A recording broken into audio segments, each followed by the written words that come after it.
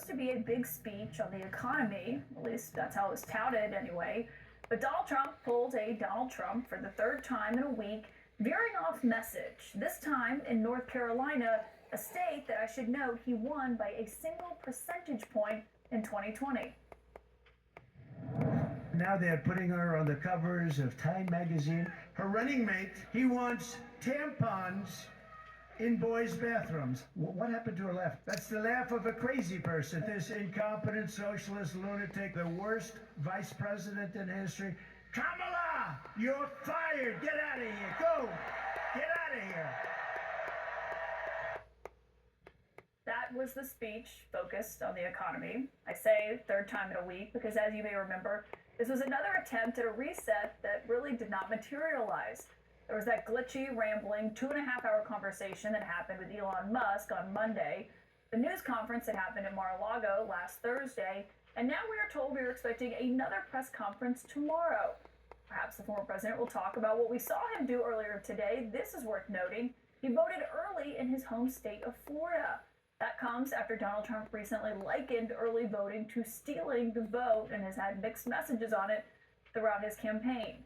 Our lead source tonight is Arizona Senator Mark Kelly, who's on Harris's vice presidential shortlist and is a close ally of her campaign. And Senator, it's great to have you here tonight because this was obviously and apparently meant to be a kind of a pre-buttal to the economic speech that Harris is going to be giving in North Carolina on Friday.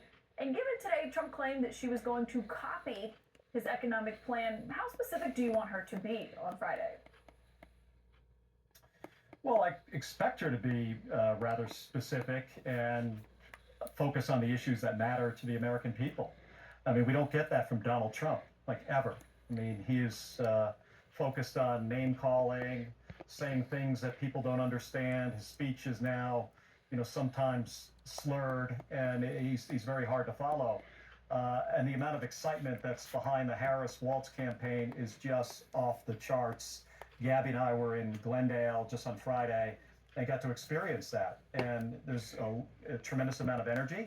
But I listened very closely to what she had to say. And Kamala Harris is about taking this country forward. I think people are starting to see that Donald Trump is a relic of the past that just wants to drag us backwards. Well, the economy obviously has been a big strong point for Donald Trump throughout this campaign. He gave this speech today probably on what was the best day for the Biden economic team. And so given what you did here, when he says she's going to copy him, he's talking about when she says she also wants to abolish federal taxes on tips. So what do you expect that to look like? Well, I mean, I know what it looks like for Donald Trump. I mean, he, in his 4 years in office, he cut taxes for billionaires and big corporations. A $1.7 trillion tax cut. So if you're a billionaire, I mean, Donald Trump is a good deal for you. But if you're an everyday American, that's just trying to make ends meet, put groceries on the table, gas in the car, Kamala Harris is trying to move this country in the right direction on those issues and so many others. Project 2025, folks are hearing a lot about this. And in that plan, it specifically addressed the Inflation Reduction Act that reduces the price of prescription drugs for seniors. They want to undo this. Kamala Harris wants to make health care more affordable, child care more affordable, education more affordable. So the contrast between the two candidates cannot be more obvious. And I'm excited about seeing Kamala Harris win the state of Arizona. I think that's very possible. It's going to be a close election, but we're going to work really hard to make it happen. Well, you talk about the economy and what this is going to look like. The speech also, as I noted, had a ton of personal attacks against her. Trump said she wasn't smart, she wasn't intelligent. He had a moment where he talked about her laugh extensively. This is what he said about it. Her laugh is career threatening. They said don't laugh. She hasn't laughed. She doesn't laugh anymore. It's smart, but someday it's going to come out. That's the laugh of a person with some big problems. I don't think she has stopped laughing totally. I mean, I'm not totally sure what to make of that. But if you're a voter and you are worried about prices at the grocery store, I wonder what you think they make of hearing that in the economic speech. Well, I think they see a convicted felon trying to make fun of an experienced prosecutor, somebody who served as Attorney General, as a United States Senator, now as Vice President, is our future president.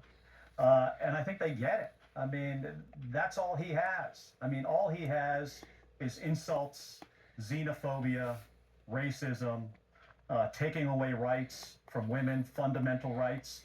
We're going to see that restored here, hopefully, thanks to a ballot initiative that got over 500,000 signatures. I mean, that's going to be on the ballot here in Arizona because women are tired of Donald Trump. He ripped away a fundamental right from them, and now women and men are going to go to the ballot to restore that. The American people see the difference, and for that reason, I am confident that she's going to get elected. Well, and what you're talking about is the major news in your home state that this fall we will see voters in Arizona decide on whether to enshrine the right to an abortion and abortion protections, I should note, in the state constitution. The question is whether or not it gives your party the edge in some key races that are happening, not just, the presidential race, but also there's a key Senate seat. Democrats are hoping to flip 2 House seats there. Do you believe it will give Democrats the edge in November? I mean, that's not what's important here. I mean, what's important is we have the opportunity to restore a right that Donald Trump has made very clear that he took this away. He said he broke Roe v. Wade, and because of that, Arizona has been swinging back and forth between one abortion ban and another, and doctors have left the state. I mean, OBGYNs have left Arizona for other states. It has had a dramatic and negative effect on healthcare for women here. I've got 2 daughters and a granddaughter who now have fewer rights than my mother or grandmother did.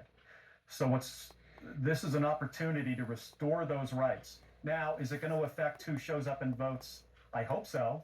I mean, I think Democrats are probably going to show up at a higher rate.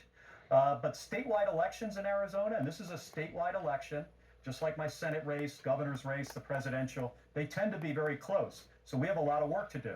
And it's not only to get Kamala Harris across the finish line, it's so Ruben Gallego wins that Senate seat against Kari Lake, and this restoration of abortion rights passes.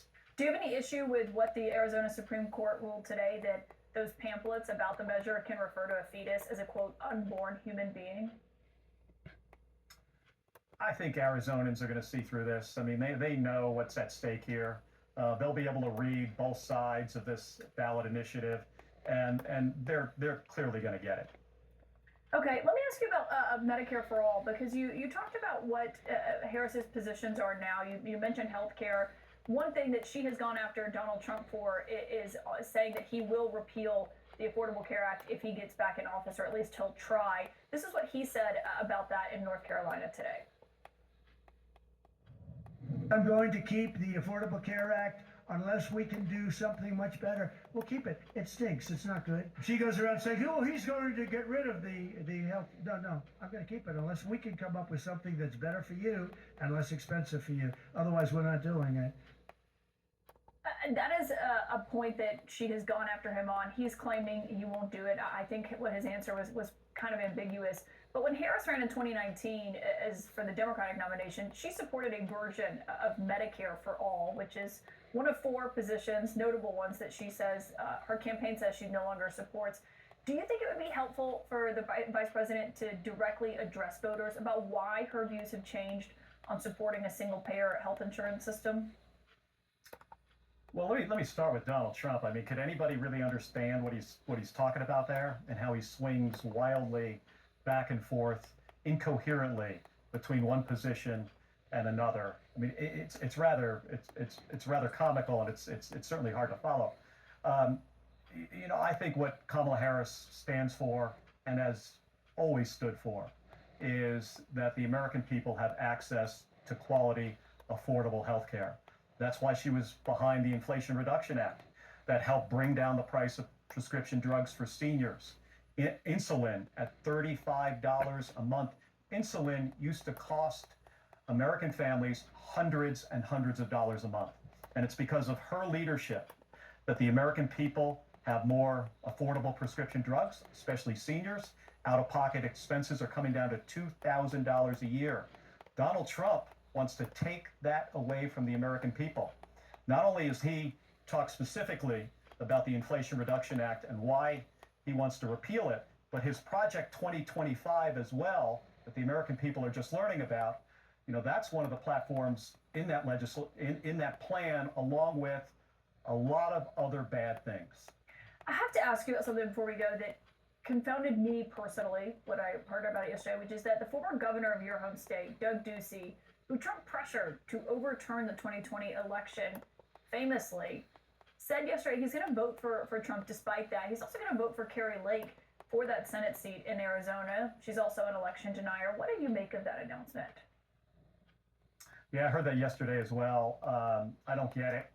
I've heard, I know Governor Doug Ducey. I know him fairly well. He, stood up for Arizona voters against Donald Trump in the election in 2020.